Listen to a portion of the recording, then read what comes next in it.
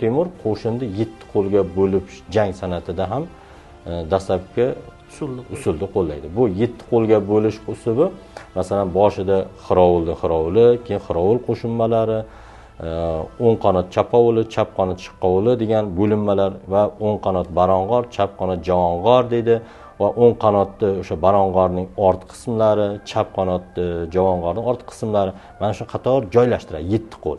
Ya'ni birinchi qo'l deganda birinchi qatordagi zarba beradi. Masalan, zarba berdi, ular ortga chekindimi, keyingi chapovulni yuboradi. Chapovul yo'qsa o'ng qanotning chapovuli, chap qanotdagi shiqovuli uni jangga tashlaydi. Ular deydi 6 ta zarba yuboradi deydi. Bu Temur tuzuklarida ham keltiraman. Bulardan keyin o'ng qanotni tashlaydi ma'lum muddat, yo'qsa chap qanot. Va Amir Temur jangda markazni doim bo'sh qoldirgan. O'rta qism bo'sh. Nima uchun? Qo'shinni doim aylanib olish usulini qo'llagan.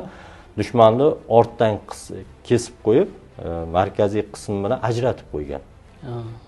Bu To'xtamishda ham xuddi qo'shinni 7 qo'lga bo'lish, bu dunyo tajribasida hali ko'rilmagan uslub edi va bu zarba oxirida agar dushman juda kuchli bo'lsa, Amir Temur qo'l deydi, oxirgi nimada o'zi turgan va maxsus saralangan qo'shini bilan o'zi jangga kirgan.